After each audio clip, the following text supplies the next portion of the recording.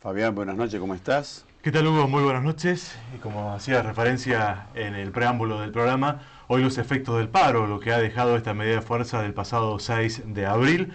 Y para ello hemos invitado a Armando Becerra, quien es el presidente del Centro Empresario, Comercial, Industrial y de Servicios de la ciudad de Río Cuarto.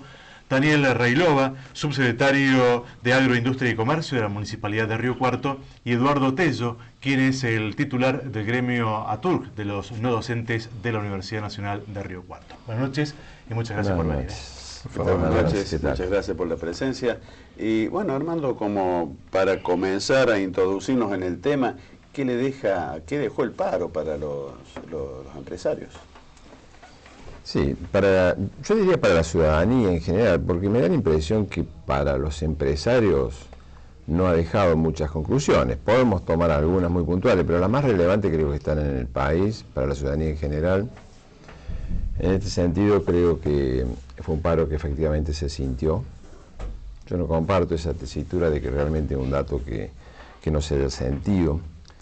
Y sobre todo para el poder político, en este caso fundamentalmente nacional, indudablemente que es algo que tiene que ser tomada la nota al respecto. En el cuanto al sector empresario, nosotros hemos manifestado en todo momento que no estábamos de acuerdo con esta metodología. Considerábamos que no era un elemento que nos iba a llevar a un mañana mejor.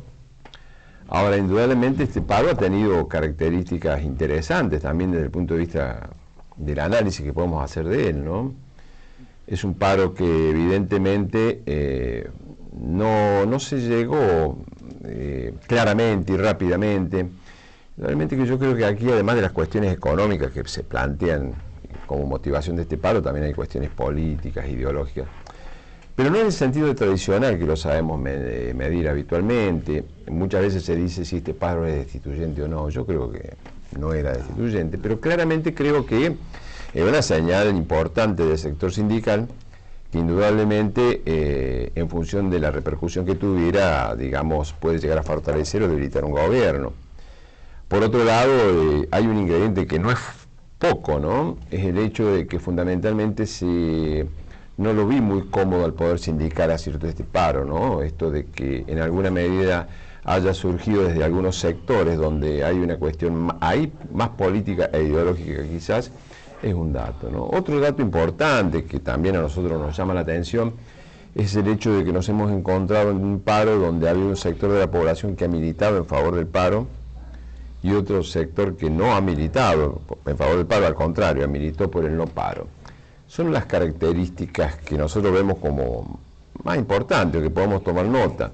En lo que hace a la actividad empresaria, indudablemente esto no ha sido más que la dificultad para sobrellevar un día en el cual algunos vieron limitado su posibilidad de trabajar, otros no, y más allá de esto yo no lo veo, porque también veo que en este sentido, más allá de los reclamos, el gobierno manifiesta que va a continuar con el rumbo socioeconómico que ha implementado.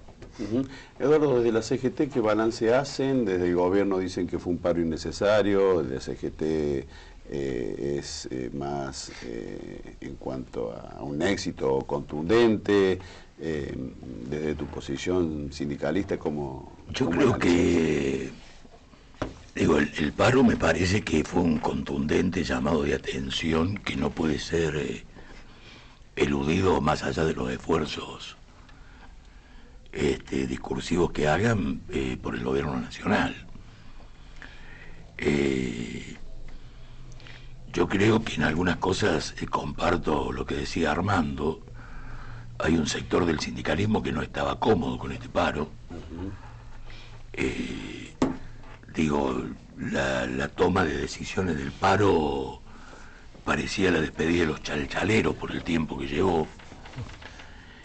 Y obviamente yo creo que el hecho que lo obliga a ciertos sectores del sindicalismo a decretar el paro es la movilización del 7 de marzo, donde obviamente, el pedido de las bases del movimiento obrero no coincidían con el posicionamiento que estaba teniendo su dirigencia. Yo creo que esto, si vamos a hablar como que fue un hecho puntual y después de esto no hay nada más por parte del sector trabajador, el paro se va a convertir en una anécdota. Ahora me parece que estamos viviendo una situación muy difícil. Yo creo que es una situación que se va a agudizar cuando el invierno esté en su máximo impacto sobre el tema climático y cómo va a afectar esto a la economía de los sectores más populares, y me parece que estas condiciones lo van a terminar llevando a una gran parte del movimiento obrero a iniciar un plan de lucha. Daniel, en el caso del funcionario de la Municipalidad de Río Cuarto, ¿cuál es el análisis que realiza mirando la visión de los empresarios y de los trabajadores sobre esta medida de fuerza? No, sin duda que los análisis exceden lo que sean los ámbitos municipales. Solamente el municipio trata, en cuanto a una posición, y ya la fijó el intendente en su momento, los derechos y los reclamos y los planes de lucha son atinentes a cada uno de los gremios, y por supuesto que de eso cada uno es respetuoso de esas situaciones. En el marco de eso, solamente nos queda por reflexionar respecto primero al derecho de huelga en sí, sin duda que sean reclamos justos. Como se dice aquí, el dirigente lo que tiene que hacer es responder a lo que le indican las bases. Entonces, si el afiliado, el agremiado está viviendo una situación difícil, todos somos conscientes de los aumentos tarifarios que ha habido y demás, que han repercutido en el poder adquisitivo de la comunidad, de cualquier trabajador, ni hablar de aquellas personas que hoy están sin trabajo, que ese es otro tema bastante delicado, pero puntualmente el reclamo me parece que apunta a que el direccionamiento de la política nacional en general está repercutiendo fuertemente en lo que es el poder adquisitivo de la gente, principalmente en el asalariado. En el marco de eso, sin duda que, y uno espera de que al llegar a esta medida extrema se han agotado todos los canales de comunicación, de negociación, de diálogo y demás. Por ahí son momentos en los cuales quizás, haciendo un poco de memoria hacia atrás, siempre para esta fecha es significativo el reclamo que hacen los maestros antes de empezar las clases, te diría como emblemático. Entonces, cuando a veces se habla de lo que la importancia de la educación en muchísimos aspectos, tanto desde el punto de vista presupuestario como desde el punto de vista salarial, principalmente que apunta al docente, resulta a veces incomprensible determinadas posiciones tan rígidas de parte de algunos funcionarios. En el caso del gobierno de la provincia de Buenos Aires, cuando adopta posiciones y fija determinadas intransigencias, me parece que es muy difícil llegar a un punto de entendimiento. Más aún cuando ya estamos en abril y hay muchos establecimientos por ahí, o algunos que no, que están sin clase, ¿no es cierto? Entonces, me parece que desde el punto de vista del municipio, lo que se pretende primero, en cierto modo, como corresponde, respetar el derecho de huelga y de reclamo que tenga cualquier sector, pero fundamentalmente bregando para que prime el diálogo en estas situaciones de dificultad económica, ¿no es cierto? Desde el sindicalismo, Eduardo, ¿ven una gran acción en esta movida del gobierno, políticas o acciones llevadas a cabo, mejor valga la redundancia, con respecto a agotar una herramienta tan válida como es la del reclamo? El derecho a huelga y todo esto. A ver, a mí me parece que las respuestas que está dando el gobierno son las respuestas de manual de cualquier gobierno, es decir, endurecerse. Yo leía una disposición del Ministerio de Trabajo donde habla de que para democratizar la vida interna de los sindicatos, la boleta, el voto electrónico y me parece, que son fuegos de artificios. En realidad, el gobierno está haciendo lo que tiene que hacer. Yo lo que te referías al tema del sector docente, la locura más grande del gobierno nacional desconociendo lo que dice el artículo de ley 10 de la ley 26075, pero ignorándola como si no existiera. Y a mí me preocupa esto de alguna metodología que pareciera ser ya sistemática del gobierno en cuanto a mentir permanentemente sobre algunas cuestiones. Ellos, por ejemplo, en el caso puntual de los docentes, dicen que la ley de financiamiento educativo no habla de paritarias, y sin embargo la justicia les ha mandado cumplir la ley llamando a paritarias que el gobierno dice que la ley no la nombra. Y bueno, eso es complicado, digo, porque uno puede mentir, como dice el dicho, mucho tiempo a pocas personas, o poco tiempo a muchas personas. Lo que no puede hacer es mentirle a muchas personas todo el tiempo. Y me parece que cuando se agoten ese tipo de cosas, como se le está agotando el discurso de la herencia recibida, la pesada herencia, los brotes verdes, el segundo semestre, toda una serie de cosas, se va a enfrentar con la realidad, que esa realidad va a ser con el pueblo movilizado en distintas situaciones y reclamando por cuestiones que se están perdiendo, digo, porque por ahí uno escucha que se hacen analogías con el pasado más reciente de características similares, que fue el gobierno de Menem. Ahora, ¿qué pasa? El gobierno de Menem, que pudo hacer una serie de tomar una serie de decisiones, hay que recordar en qué momento estaba la gente. Digo, la gente estaba en el medio del mar, con el agua al cuello. El proyecto de la convertibilidad lo hizo pisar en tierra firme y ahí se quedó. Lo cual permitió que se avanzaran un montón de cosas con una mínima reacción de los sectores populares. Hoy estamos en otra situación, hoy la gente está pisando tierra firme, estaba recibiendo y beneficiándose por toda una serie de derechos y de situaciones que mejoraban su calidad de vida, y hoy realmente estamos sufriendo la pérdida de esa situación. Y yo creo que la reacción de alguien que le están quitando cosas es siempre mucho más brava que la actitud con que esa persona va a buscar ganar algo que no tiene. Y me parece que esa va a ser una realidad que cuando le golpee al gobierno le va a golpear muy fuertemente. Y yo veo que está dispuesto a seguir su rumbo, es decir, este tipo de gobierno, al cual muchos de nosotros calificamos como un gobierno de tinte neoliberal, no tiene otro proyecto. No es casual que Macri diga que no tiene plan B. Es obvio, digo, pensar que Macri va a comenzar una etapa de redistribución de la riqueza, sostenimiento del aparato productivo y demás, sería estar en un ensueño. Entonces yo creo que esto no tiene solución. A mí me parece que hay un hecho que no puede pasar desapercibido y que es lo que más va a impactar fuertemente en el futuro de los argentinos, que es el nivel de endeudamiento que está tomando este gobierno. Ya seguimos el diálogo. Los invito ahora a la primera pausa. Ya regresamos.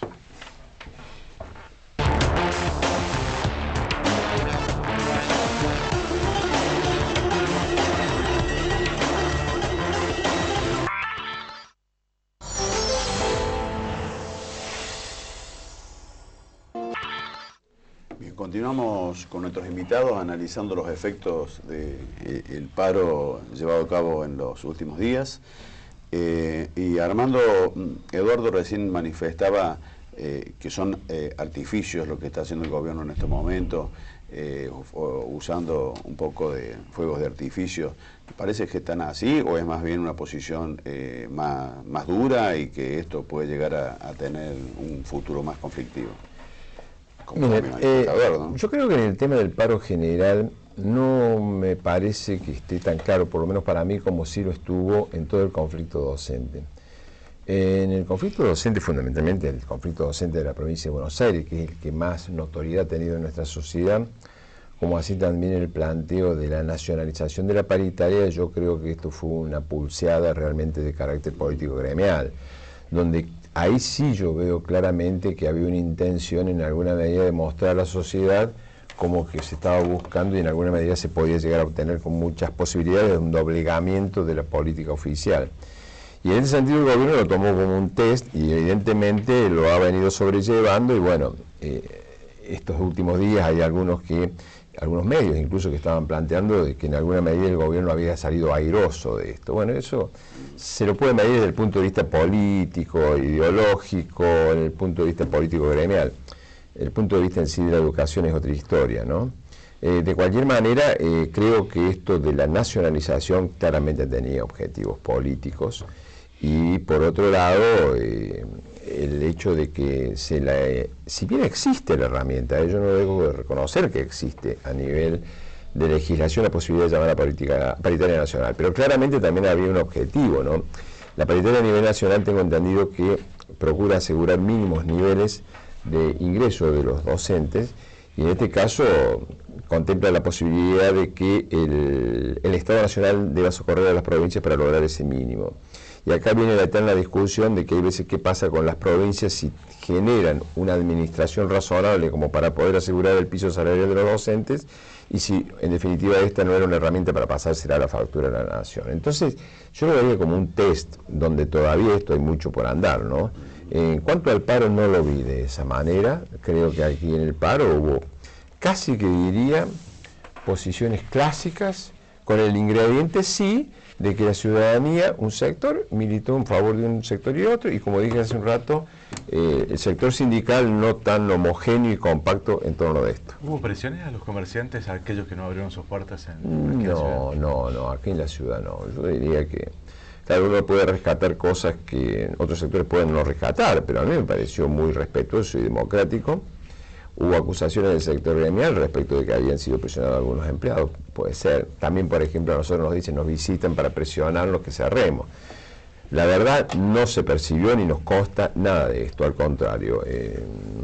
Aquellos sectores que pudimos abrir, pudimos desempeñar nuestras tareas sin mayores problemas, en algunos casos sí, pero también se dio con un proceso relativamente civilizado, o sea, fueron dirigentes gremiales, plantearon la necesidad la necesidad de conversar con sus bases en unos minutos, no alteraron en general al público, entregaron algunos panfletos, le informaron de que bueno, que aspiraban a contar con el apoyo de ellos para la huelga, y luego no pasó de ahí, y bueno, hubo gente que se retiró, otra continuó trabajando, pero me parece que transcurrió por carriles bastante normales y adecuados. Perdón, sí. A mí me llamó la atención, quizá el Armando lo pueda dilucidar mejor. Yo el día del paro obviamente me dediqué únicamente a las actividades de mi gremio, no estuve reunido con los compañeros de la CGT, algún paso fugaz por el centro de la ciudad. Pero me llamó la atención que los compañeros de la CGT hayan hablado de nada más que un 50% de acatamiento en la ciudad. A mí me pareció que 10 de la mañana, 11 de la mañana, yo anduve por el centro, me parece que... Te digo cómo lo leí yo. Era por lo menos 20 puntos más alto. No sé, Eduardo. Mira, lo que sí claramente se observó, por ejemplo, en sectores. El sector, por ejemplo, el sector público se notó, la universidad fue total. Sí. La universidad, por ejemplo, fue total. Pero también en muchos sectores, por ejemplo, los pocos sectores industriales que tenemos, o de servicios, de comercio, que están alejados del centro, esos trabajaron con bastante normalidad. Sí. Y el centro, yo diría que fue menos el movimiento, quizá de un 50%, pero no por locales abiertos, sino por un movimiento de gente. A la mañana hubo poco movimiento. Las cocheras movimiento. estaban vacías. Sí. A la mañana hubo poco movimiento, a la tarde mejoró, daba la impresión de que como la gente vio que había, llamémosle, condiciones adecuadas para poder salir a pasear, un día relativamente agradable, uno vio más movimiento. De cualquier manera fue muy disímil la actividad en los comercios. Los comercios que vendieron lo normal para un día jueves y otros que no llegaron más allá del 30, 40, 50% de lo que facturan habitualmente. Ahora, medirlo esto, insisto, hay sectores en los cuales fue casi total y en otros sectores fue casi normal. ¿Qué puedo decir? Si vos me decís, por ejemplo, el movimiento en la 05 fue casi normal. Sectores como la universidad, me parece, por lo que tengo entendido, municipalidad fue casi total. Entonces probablemente haya tenido más éxito en el sector público que en el sector privado. Sí, no se olviden que Río Cuarto explica, o la actividad económica de Río Cuarto se explica por una gran confluencia de los niveles regionales, ¿no es cierto? Muchas visitas regionales. Y estas cosas por ahí, la duda de que si va a estar abierto o no va a estar abierto, hace que disuade no venir. Disuade. El Un poco puede incidir en ese sentido. Y en lo que le quiero preguntar a Daniel, ¿qué pasa si en ciudades como la nuestra se pueden tomar testigos, o puede ser este efecto menor, porque el transporte no incide tanto como en ciudades grandes? Porque las grandes urbes pararon con gran importancia, hubo el paro, ¿eh? Sí. Ahí sí fue contundente quizás. Ciudades como la nuestra no se puede medir tanto, porque el impacto del transporte, no sé si coincidís con esto, Daniel, quizás sea de menor efecto. Sí, lo que pasa es que por ahí me parece que habría que dar y aprovechar las oportunidades estas que, por supuesto, a través de ustedes y demás, uno tiene para expresar determinados pensamientos. El paro en sí no es un fin en sí mismo, o sea, toda medida, paro o alguna expresión, una asamblea o lo que fuere, refiere en cuanto a los gremios principalmente a alguna dificultad que están sufriendo y padeciendo sus afiliados, a veces por cuestiones sectoriales o a veces que atraviesan a todos los sectores. Acá me parece que está habiendo una clara posición, tanto del gobierno, que es el que impulsa determinadas medidas económicas, como de los ciudadanos en general a los que les afecte o no, en menor o mayor medida esas decisiones, fundamentalmente que tienen que ver con el poder adquisitivo, o sea, las tarifas han aumentado, todos los servicios en general han aumentado, ya no hay una decisión y una tranquilidad respecto a llegar a fin de mes como en su momento, al menos la gente en ese sentido estaba medianamente tranquila. Ha habido un cambio en cuanto al paradigma, de decir, el gobierno anterior apuntó fundamentalmente a generar a través de un impulso del consumo, de la capacidad de, antes vos ibas y te daban una tarjeta de crédito, te fomentaban créditos personales, o sea, se basó en eso, quizás descuidó de lo que es fundamentalmente y lo más importante, que es la parte de la inversión en general. Este gobierno está tratando de enfriar la economía, sacándole poder adquisitivo a la gente y bajando los niveles de consumo a los fines de bajar la tasa de interés. De ahí en más, ¿qué resultado en cuanto a esas inversiones que van a venir y demás? Me parece que le está llevando demasiado tiempo cumplir con esa expectativa. Quizás sea por decisiones propias o por cuestiones que a veces dependen de decisiones de otra índole, ¿no es cierto? La realidad es esa. El paro lo que refleja en sí mismo es una expresión que vos podés estar de acuerdo o no y que se lo milita a favor o en contra. Pero me parece que a ninguno de nosotros escapa, fuere la actividad que fuere, inclusive como asalariado también o como representante de determinadas empresas, que la situación es difícil. La vez pasada razonábamos cuando al empresario le cuesta mucho juntar la plata para pagar los sueldos y cuando el que recibe el sueldo no le alcanza para llegar a fin de mes, se da una combinación de muy difícil resolución que lamentablemente termina muchas veces en decisiones de empresas que van tendiendo a las que están ya con dificultades. La variable de ajuste muchas veces es el sueldo, el salario.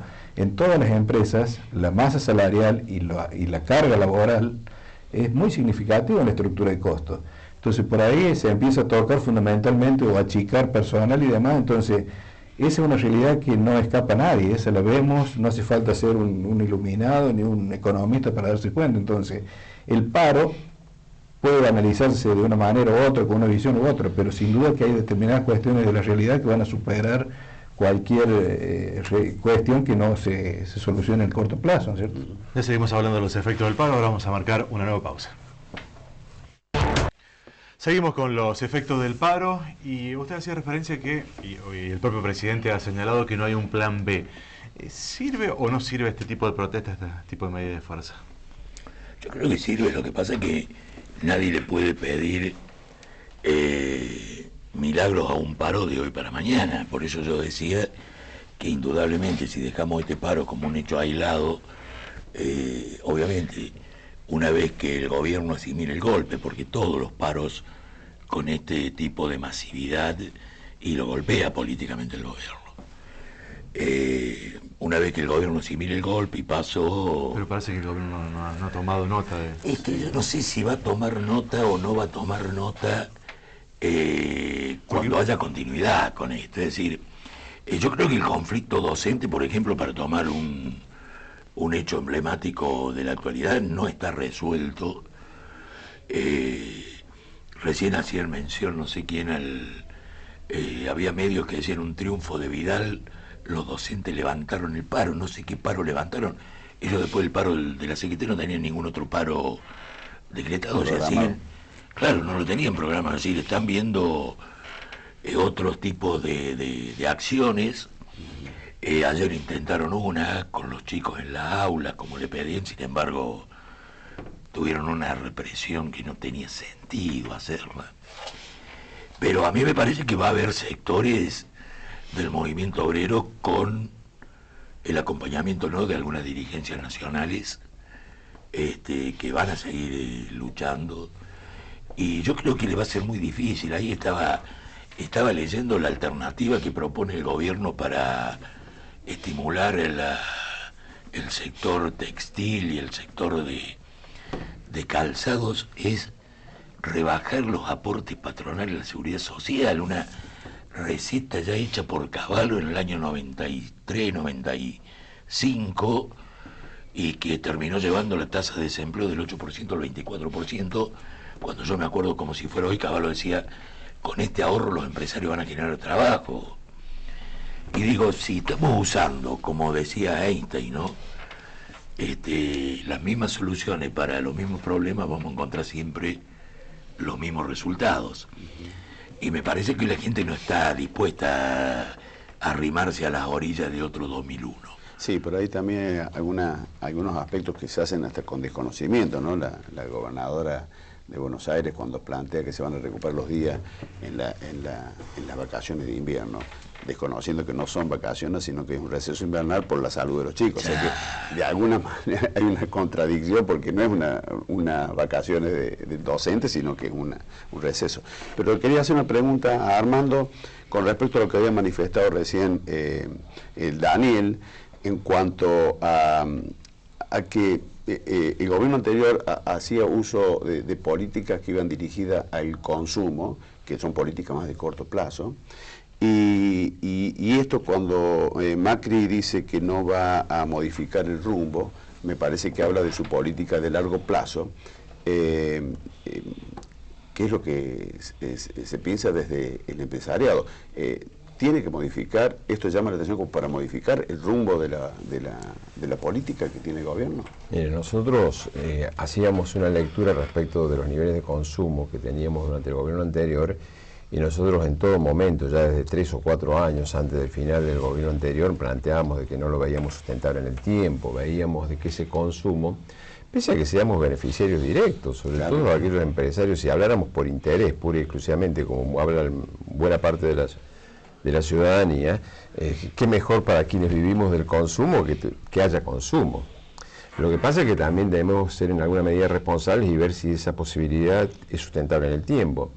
Y nosotros veíamos que había muchas medidas que no eran sustentables en el tiempo. Los niveles de inflación creciente, los niveles de déficit fiscal, etcétera, etcétera, eran importantes.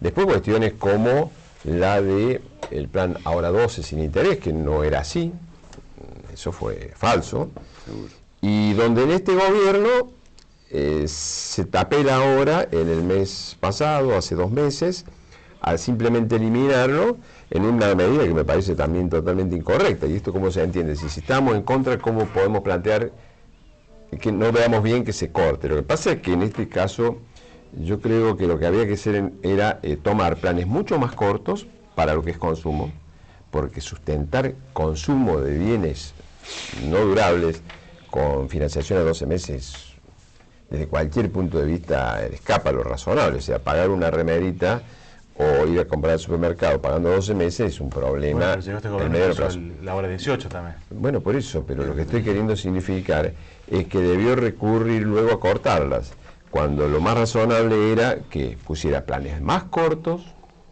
por el consumo y mantuviera solo 12 y 18 cuotas para bienes de consumo semidurable.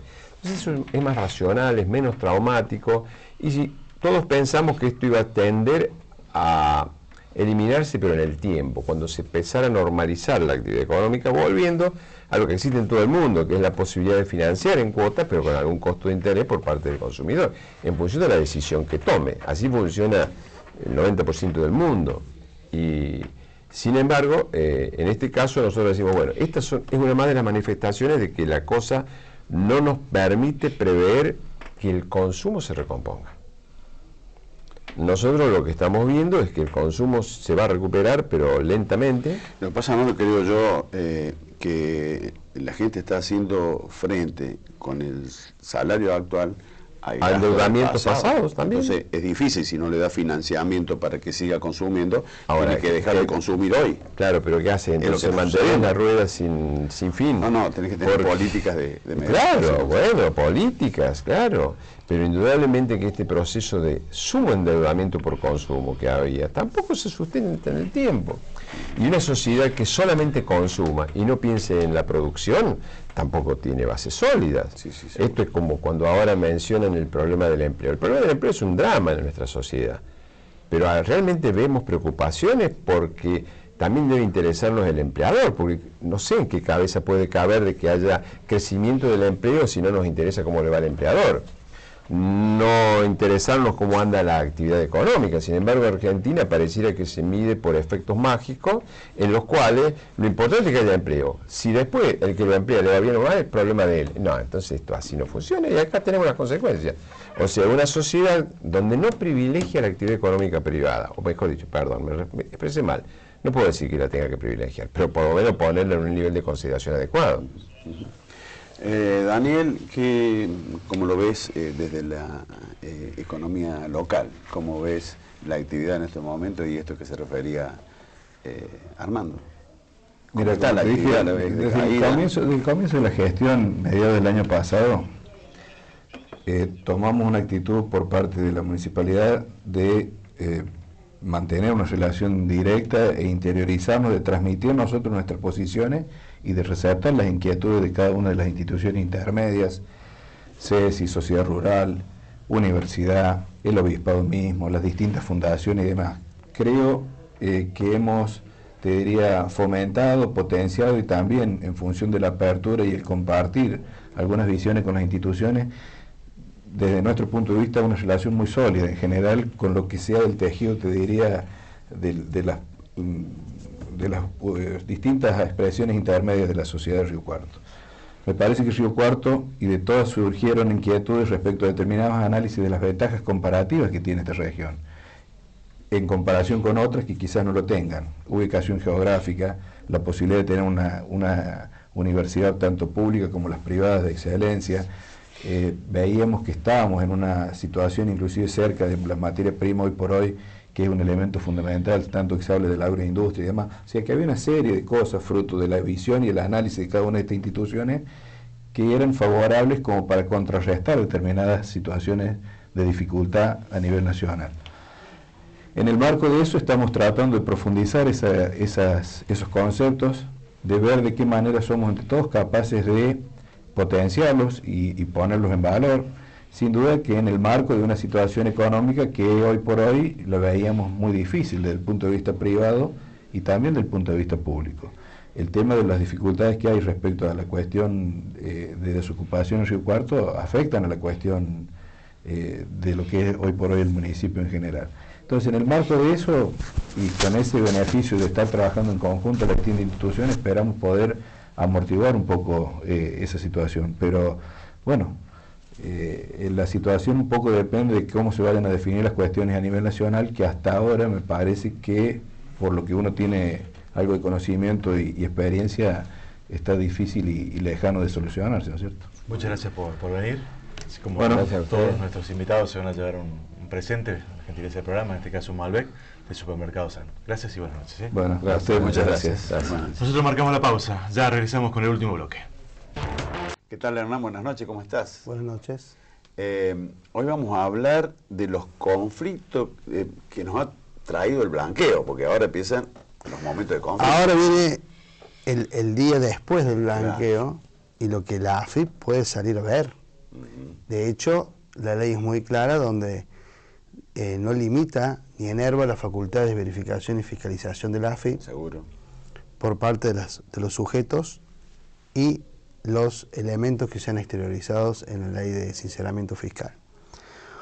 Bueno, uno de los temas siempre más candentes de este blanqueo con respecto o diferencia a los anteriores, es que los anteriores lo que se blanqueaban eran aquellos, o se sinceraban, eran aquellos bienes que estaban en cabeza de sujetos, personas humanas o personas jurídicas, y que no habían sido exteriorizados en declaraciones juradas. En este blanqueo, esa situación es exactamente igual, a diferencia que, como hemos dicho en otras oportunidades, se incluía el blanqueo de bienes que estaban declarados, pero en cabeza de terceras personas, o dicho de otra manera, en cabeza de testaferros. Y lo novedoso de esta ley es que no solamente permitía blanquear bienes que estaban a nombre de cónyuges, es decir, el esposo blanqueaba el bien que estaba a nombre de su esposa, de ascendientes o descendientes y hasta de terceros. Y ahí está la cuestión. ¿Qué incluye terceros? Todos los terceros. Es decir, ¿puedo blanquear un bien, una persona humana o una persona física, como se decía antes, de la modificación del Código Civil? ¿Puedo blanquear un bien que esté a nombre de una persona jurídica o de una sociedad? Sí puedo. Es decir, que si yo hay una sociedad anónima que tiene un bien que lo tenía declarado en su estado patrimonial, lo tenía declarado en sus declaraciones juradas, puedo venir yo, persona humana, y decir, ese bien que ha declarado esa persona jurídica es mío. Por lo tanto, lo único que tenía que hacer era proceder a la evaluación, pagar el 5% del impuesto especial, y la sociedad confirmar vía web que ese inmueble pasaba a ser mío, y además de ello, antes del vencimiento de la declaración jurada del 2017, tenía que haber una transferencia de la sociedad a mi nombre. Esa transferencia no es a título oneroso, a efecto de registrar el inmueble en mi nombre. ¿Cuál fue el conflicto? El conflicto es que, ¿qué pasa si yo blanqueo un inmueble en mi cabeza de una sociedad de la cual yo soy socio? Bueno, la AFIP, a través del ABC de consulta, dijo que eso no podía ser, como consecuencia que yo ya tenía blanqueada la participación societaria y la sociedad ya tenía blanqueado el inmueble, con lo cual no había nada que exteriorizar. Claro, formaba parte. Pero es una interpretación que ha hecho la AFIP, a mi entender, equivocada, porque no surge de la interpretación literal de la norma, lo que ella manifiesta, y tampoco surge del espíritu de la ley o del debate parlamentario, que eso no podía suceder. En otras palabras, lo que la AFIP intenta impedir es una maniobra para tratar de evadir el impuesto a las ganancias. ¿Por qué? Porque un inmueble que lo tenía una sociedad anónima incorporado a un valor viejo de patrimonio, digamos un inmueble comprado en el año 85, si esa sociedad anónima lo vende, tributa el 35% del impuesto a las ganancias. Si yo uso el blanqueo, tal cual se interpreta la ley, y digo, ese inmueble es mío, no de la sociedad, lo paso a mi nombre y lo vendo a un valor de mercado, que es el valor que lo evalúo para pagar el impuesto especial, y pago el 1,5 de la transferencia del inmueble. Entonces el fisco interpretó eso, pero lo que interpreta el fisco no está puesto en la ley. Entonces esas van a ser contradicciones, porque hay una importante cantidad de blanqueo de ese tipo. Y yo, para aquellos contribuyentes que hicieron esa operación, los quiero dejar tranquilos. Por eso le voy a mencionar un fallo del 27 de agosto de 1958 de la Corte Suprema de la Nación, que se llama Industria Comercial SRL, que dice: ningún reproche merece el esfuerzo honesto de un contribuyente para limitar sus impuestos al mínimo legal. Es decir, que si el contribuyente ha hecho un esfuerzo, ha pagado un impuesto especial y ha interpretado honestamente la norma, no hay ningún reproche que le pueda hacer el Estado Nacional. Es legal, es legítimo. Es legítimo, es legal, exactamente. Bueno, ha sido muy aclaratorio. Vamos a decir a esos contribuyentes que se lleguen por el estudio de Hernán. Que se queden tranquilos por el fallo de 1958. Bueno, muchas gracias, Hernán. Muy amable. Buenas noches. Buenas noches.